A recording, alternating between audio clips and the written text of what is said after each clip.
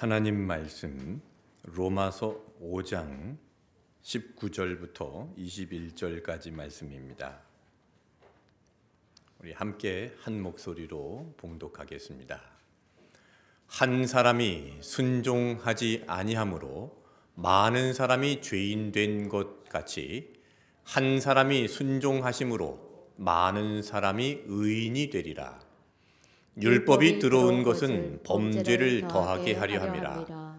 그러나 죄가 더한 곳에 은혜가 더욱 넘쳤나니 이는 죄가 사망 안에서 왕노릇한 것 같이 은혜도 또한 의로 말미암아 왕노릇하여 우리 주 예수 그리스도로 말미암아 영생에 이르게 하려 함이라. 아멘. 하나님께서 오늘 예배 자리에 나온 여러분 한 사람 한 사람을 사랑하십니다. 오늘 말씀을 통해서 그 사랑을 확인하시고 믿음으로 응답하는 시간이 되시기를 축복합니다.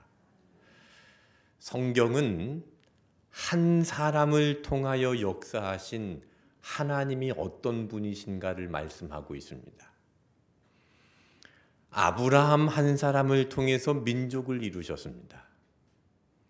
모세 한 사람을 통해서 율법을 주시고 이스라엘 백성들을 출애굽시키셨습니다. 다윗 한 사람을 통해서 이스라엘이라는 나라를 강력한 나라로 세우셨습니다. 에스더 한 사람을 통해서 그 민족을 위기 가운데 구원해 내셨습니다.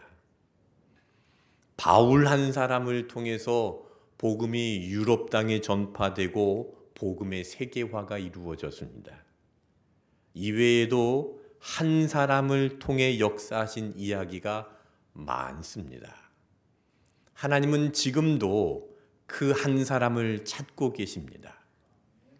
능력이나 재능이 탁월한 사람을 찾는 것이 아니라 오히려 연약함으로 오직 하나님의 은혜에 완전히 붙들린 겸손한 한 사람을 찾고 계십니다. 오늘 설교는 한 사람에 대한 이야기입니다. 여러분, 한 사람은 결코 작지 않습니다. 한 사람을 통해서 하나님께서 어떤 일을 이루시는가, 오늘 이 말씀을 잘 듣고 이 자리에 앉아있는 여러분이 하나님이 찾으시는 그 한 사람이 되시기를 축복합니다. 로마서 5장에 보면 반복적으로 등장하는 단어가 있습니다. 바로 한 사람이라는 단어입니다. 무려 9번이나 나옵니다.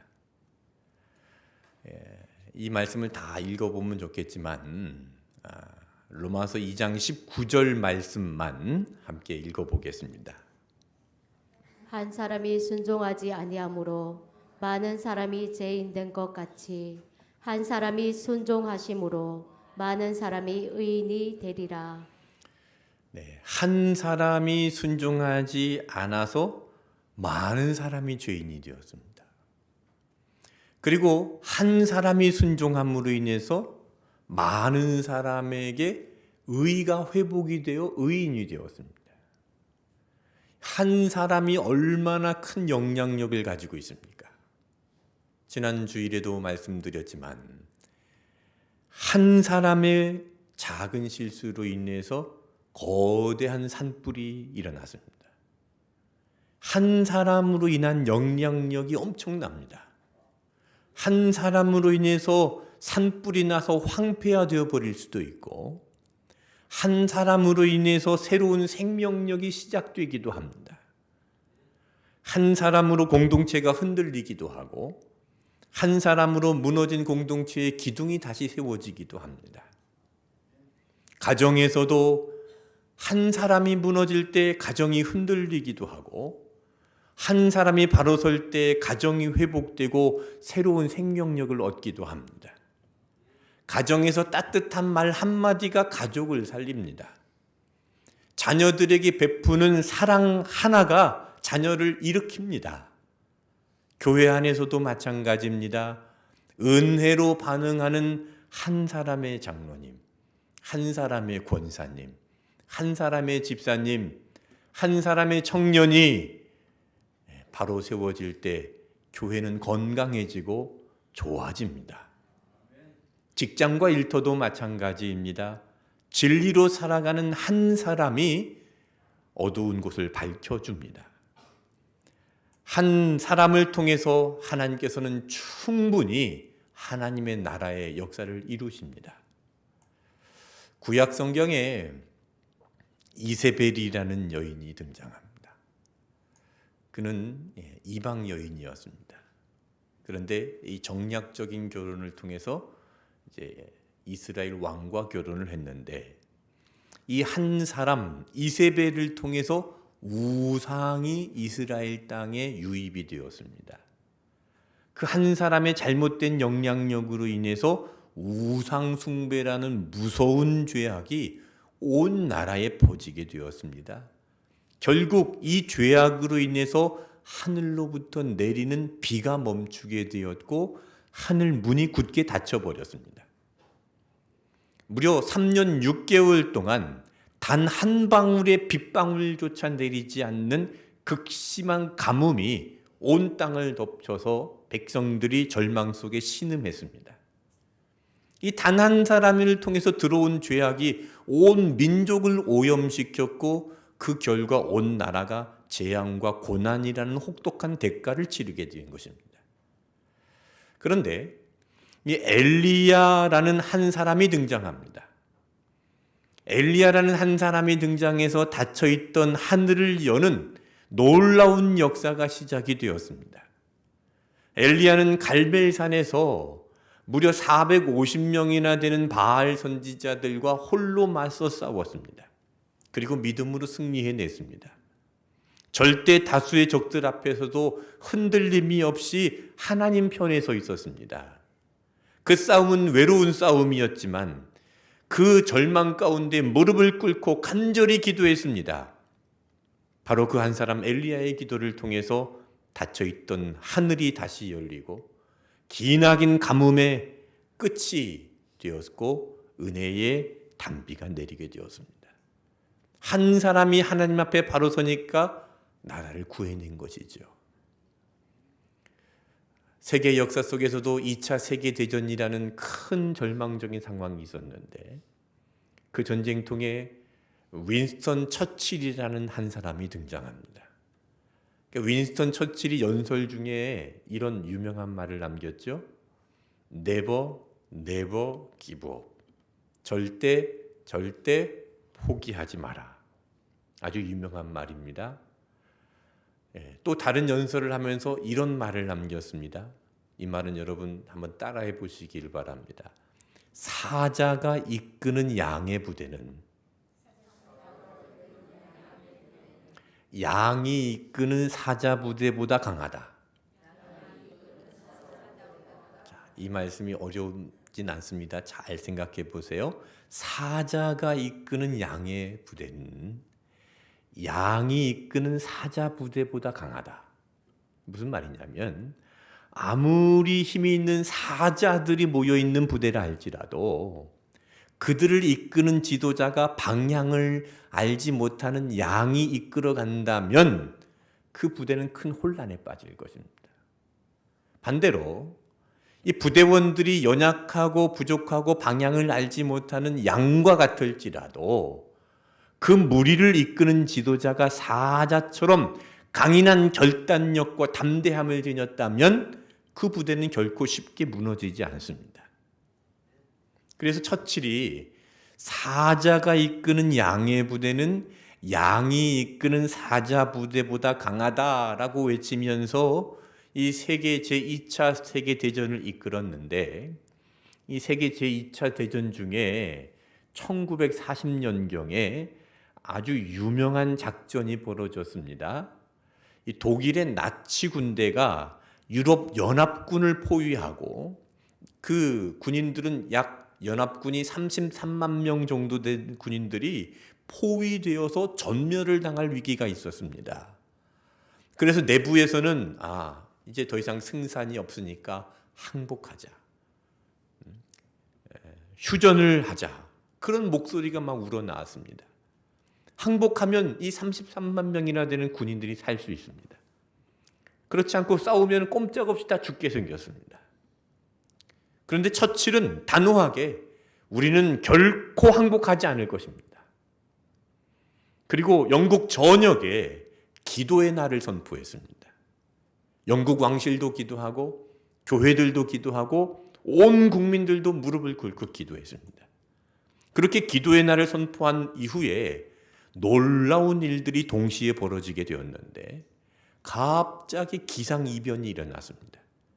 짙은 안개와 악천후가 발생해서 이 히틀러의 군대가 갑자기 공격을 중단한 것입니다. 그리고 평범한 시민들이 어선과 보트를 몰고 해협을 건너가서 그 고립되어 있었던 병사들을 실어 나르기 시작했습니다. 그래서 33만 명의 연합군 병사들이 탈출하는 데 성공을 합니다. 이것이 영화로 만들어져서 개봉이 되었는데 2017년에 개봉된 영화입니다. 덩케르크라는 영화입니다. 실제 역사를 영화로 만든 것입니다. 그렇게 이후에 연합군은 다시 일어나 싸웠고 마침내 독일은 항복했습니다. 기도하는 한 사람이 중요합니다. 기도하는 한 사람이 있어야 그 공동체가 살아날 수 있고 민족이 회복될 수 있습니다. 그래서 이런 말이 또 있습니다. 한번 따라해 보겠습니다. 기도하는 한 사람이 기도 없는 한 민족보다 강하다. 말씀과 기도로 깨어있는 한 사람이 있다면 가정도 살아나고 공동체도 회복이 되고 심지어 역사의 흐름까지도 바꿀 수 있습니다. 여러분 기억하십시오. 한 사람의 기도와 헌신이 무너져가는 가정을 일으킬 수 있습니다. 한 사람의 진실한 믿음의 행동이 상처받은 공동체를 회복시킬 수 있습니다. 여러분 한 사람이 이 놀라운 변화를 일으킬 수 있습니다. 하나님께서 여러분을 통해서 그 놀라운 변화를 일으킬 수 있음을 믿으시기를 바랍니다. 그래서 여러분 이렇게 생각해야 됩니다. 내가 기도하면 내 가정은 살아난다. 이 믿음을 품으십시오. 내가 하나님 앞에 영적으로 바로 서면 내가 하는 일들도 바로 세워진다. 이 믿음을 품고 나아가시기를 바랍니다. 여러분 그 한 사람이 되어서 하나님의 은혜를 넓게 그리고 넘치게 이 세상에 퍼뜨려 나아가시기를 축복합니다. 비행기를 타면 이륙 전에 승무원들이 승객들에게 이렇게 안내를 합니다. 비상 상황이 발생하면 먼저 본인의 산소 마스크를 착용한 후에 도움이 필요한 유아들을 도와주시기 바랍니다. 비상 상황이 발생하면 누가 먼저 산소 마스크를 착용해야 됩니까? 본인이 착용해야 됩니다. 왜 본인이 착용해야 되죠?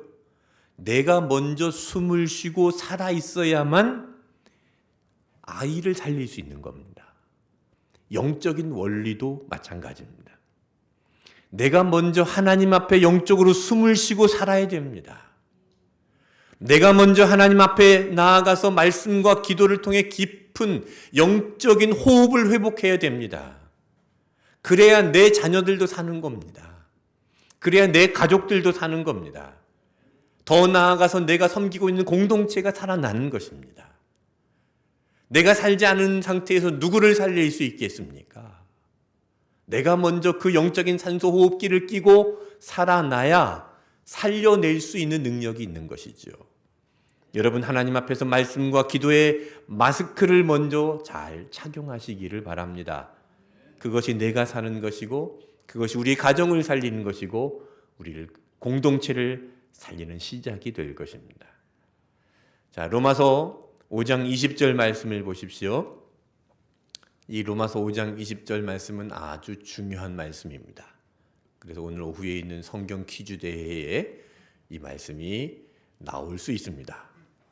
로마서 5장 20절을 함께 읽겠습니다. 율법이 들어온 것은 범죄를 더하게 하려 함이라. 그러나 제가 더한 곳에 은혜가 더욱 넘쳤나니 율법이 들어온 것은 범죄를 더하게 하려 함이다. 자, 이 말씀을 언뜻 듣기에는 좀 이상하게 들릴 수 있습니다. 하나님께서 왜 율법을 주셔서 죄를 더하게 하셨는가? 그런데 그렇게 생각하는 것은 오해입니다.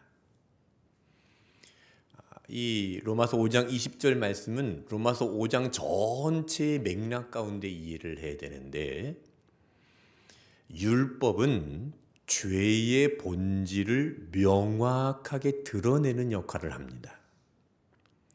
율법은 마치 거울과 같습니다. 거울이 없으면 내 이마에 검정 숯이 묻어 있어도 알 수가 없습니다. 거울을 봐야 그걸 알 수 있습니다. 율법이 없으면 내 자신이 얼마나 죄인인지 깨닫지 못한 채 살아갑니다. 그런데 율법을 통해서 나는 죄인이라는 것을 알게 되는 겁니다. 율법을 통해서 깨달으면 깨달을수록 나는 스스로 절대 해결할 수 없는 무능력한 죄인이라는 것을 인정할 수밖에 없습니다. 내 힘으로, 내 노력으로 결코 죄의 문제를 해결할 수 없다는 사실을 깨닫게 되는데, 그것을 깨닫고 나의 전적인 무능을 인정할 때 하나님께서 준비하신 은혜가 임하는 겁니다. 그래서 로마서 5장 20절 후반절에 죄가 더한 곳에 은혜가 더욱 넘쳤나니 그랬습니다. 이 죄의 심각성, 이 나의 무능을 인정할수록 하나님의 은혜가 더욱 강력하게 우리의 삶을 덮어주는 것입니다. 나의 전적인 무능력함을 인정하며 주님 앞에 나아가서 주님, 나는 아무것도 아니었습니다. 주님, 내 힘으로는 아무것도 할 수 없었습니다 하고 항복하는 순간 우리 삶의 왕노릇하는 것은 죄가 아니라 은혜가 되는 것입니다. 영적인 싸움은 먼저 내 안에서 일어나는 겁니다.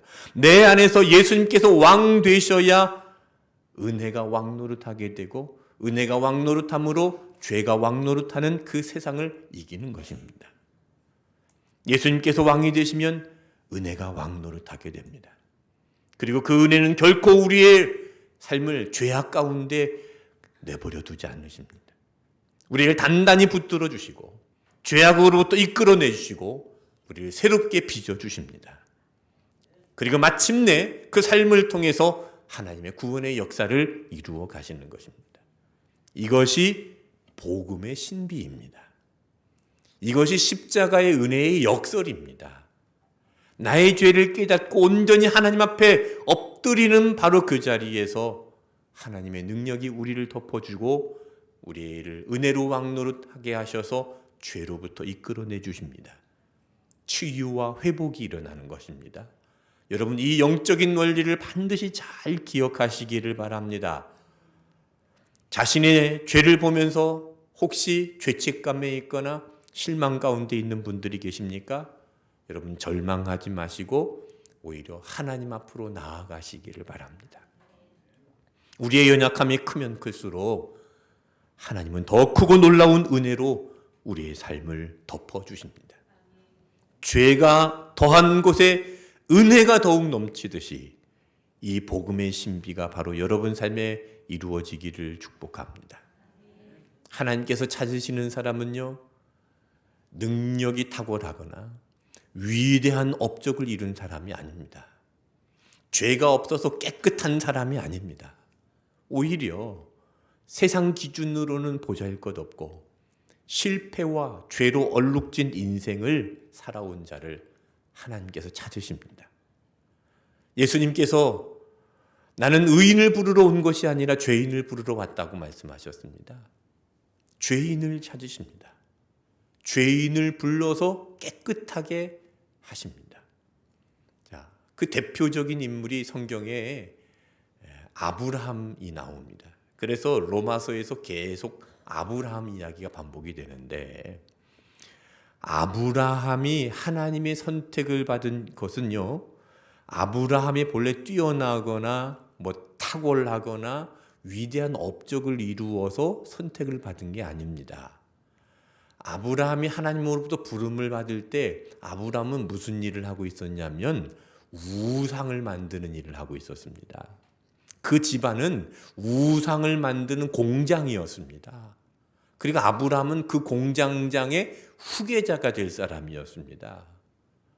그런 하나님께서 진노하시는 그 우상을 만드는 아브라함을 하나님께서 불러서 택하신 것입니다. 그리고 그를 통해 일하셨습니다. 자, 야고보서 2장 23절 말씀을 읽어보겠습니다. 이에 성경에 이른바 아브라함이 하나님을 믿으니 이것을 의로 여기셨다는 말씀이 이루어졌고 그는 하나님의 벗이라 칭함을 받았나니. 네, 아브라함이 하나님을 믿으니 이것을 의로 여기셨다. 믿음으로 의롭다함을 받았습니다. 믿음으로 의롭다함을 받았고 아브라함은 하나님의 벗이라고 칭함을 받았습니다. 벗이 뭡니까? 친구입니다. 아브라함이 죄악 가운데 있었지만 그 믿음으로 의롭다라고 하나님께서 여겨주셨고 그 아브라함을 친구로 불러주신 것입니다. 이렇게 아브라함 한 사람을 하나님께서 부르셔서 아브라함을 통해서 수많은 역사들이 일어납니다. 아브라함에게 준 하나님의 복은 하늘의 별과 같이 바다의 모래같이 수많은 자손들에게로 흘러갑니다. 이 믿음의 계보가 이삭에게 이어졌죠. 그 이삭이 순종할 때에 이삭에게는 자녀들을 축복할 수 있는 축복권이 주어졌습니다. 그래서 이삭의 이 축복권은 야곱에게로 전해졌고 야곱은 그 12 아들들의 아버지가 되어서 민족이 탄생하게 됩니다. 창세기 50장에 보면 야곱이 그 12 아들들을 축복하는 장면이 있는데 그 축복이 이후에 이스라엘 역사에 그대로 성취됩니다. 이 모든 것이 아브라함 한 사람으로 시작된 겁니다. 하나님은 지금도 그 한 사람을 찾고 계십니다. 하나님의 친구로 찾으시는 그 한 사람, 믿음으로 순종하는 그 한 사람, 하나님의 뜻을 이루는 통로가 될 그 한 사람을 찾고 계시는 겁니다. 자, 그리고 사도행전 13장 22절 말씀도 읽어보겠습니다. 다윗을 왕으로 세우시고 증언하여 이르시되 내가 이새의 아들 다윗을 만나니 내 마음에 맞는 사람이라 내 뜻을 다 이루리라 하시더니. 하나님께서 다윗을 보시고 내 마음에 맞는 사람이다. 이 사람이 내 뜻을 다 이룰 것이다 하셨습니다. 다윗은 그 집안에서 아무 존재 없는 막둥이였습니다. 그 당시에 막둥이는 집안의 하인과 같은 심부름과 같은 존재였습니다. 그렇게 존재감 없는 다윗을 세우셔서 하나님께서 위대한 역사를 이루십니다. 여러분, 다윗 하면 위대한 왕으로 기억하고 있지만 다윗에게도 부끄러운 과거가 있습니다. 간음을 행하고 그 간음을 은폐하기 위해서 살인 교사도 저질렀습니다. 자기를 믿고 따르던 그 부하를 사지로 내몰려서 죽게 했습니다. 그런데 다윗은 하나님 앞에서 자신의 죄를 회피하지 않았습니다. 눈물로 회개하면서 오직 하나님의 은혜를 바라보고 살았습니다. 하나님은 다윗의 그 중심을 보시는 겁니다. 하나님은 이런 사람을 사용하십니다. 죄가 없어서 깨끗한 사람을 사용하시는 게 아니라 넘어졌을 때 자신의 부족함과 연약함을 인정하며 회개하면서 다시 하나님의 은혜를 붙들고 일어나는 사람, 그 한 사람을 사용하십니다. 완벽한 사람이 아닙니다. 아브라함처럼 정말 형편없는 인생을 살았어도 하나님의 은혜를 인정하고 그 은혜로 사는 사람을 통해서 하나님은 일하십니다. 하나님은 지금도 그 한 사람을 찾고 계십니다. 역대하 16장 9절 말씀을 보십시오. 여호와의 눈은 온 땅을 두루 감찰하사 전심으로 자기에게 향하는 자들을 위하여 능력을 베푸시나니.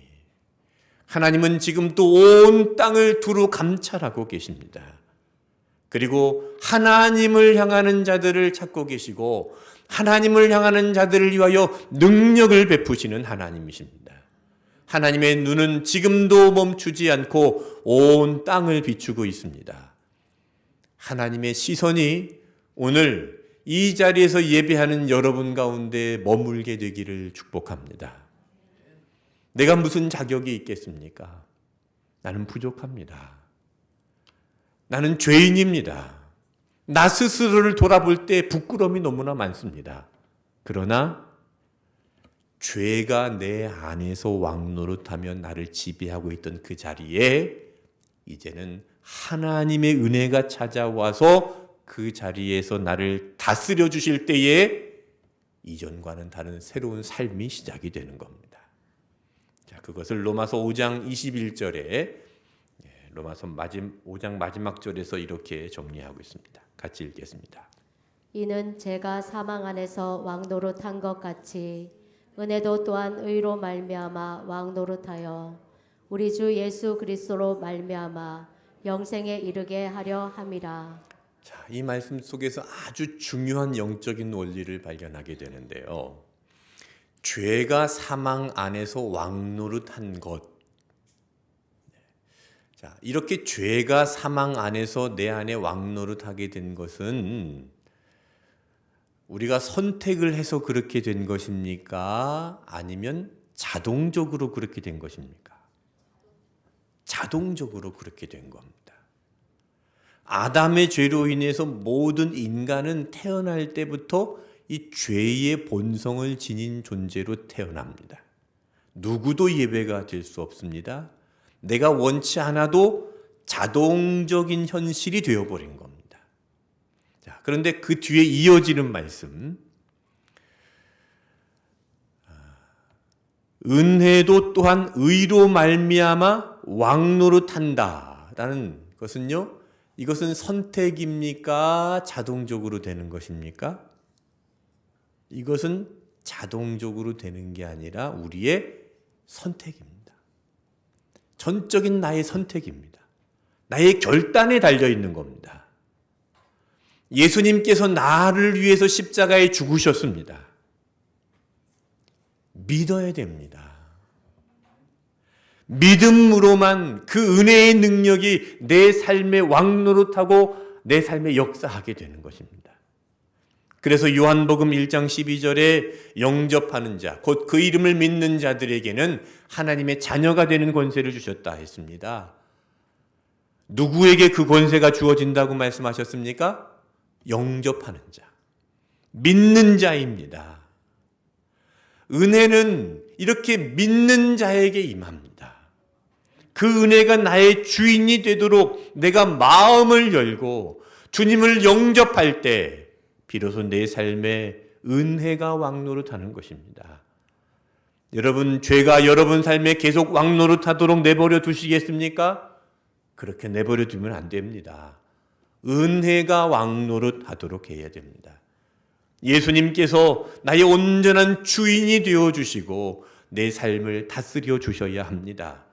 그래야 내가 살고 내가 살아야 가정이 살고 내가 살아야 자녀들이 살고 내가 살아야 내가 속한 공동체가 회복이 됩니다. 여러분, 내 안에 죄가 왕노릇하도록 방치해 두지 마십시오. 은혜가 왕노릇되도록 하십시오. 그래서 하나님께서 찾으시는 그 한 사람이 되겠다고 다짐하시고 하나님의 마음에 맞는 사람이 되시고 하나님의 친구가 되시고 하나님의 뜻을 다 이루는 예수님의 사람이 되시기를 축복합니다. 이 시간 함께 찬양하겠습니다. 하나님께서 한 사람을 찾으십니다. 한 사람을 통하여 위대한 일을 이루실 것입니다. 하나님께서 찾으시는 한 사람은 작은 사람이 아닙니다. 세상에서는 별 볼 일 없는 사람처럼 보일지라도 아무런 힘이 없는 사람이 아니라 하나님께서 행하시면 위대한 일을 행하실 사람입니다. 하나님께서 찾으신 사람은요, 잘난 사람이 아닙니다. 탁월한 사람이 아닙니다. 오히려 나는 죄인임을 고백하며 하나님의 은혜로 사는 사람입니다. 은혜로 참된 예배를 드리는 그 한 사람을 찾으십니다. 그 하나님의 마음을 헤아리면서 이 시간 함께 찬양하기를 원합니다.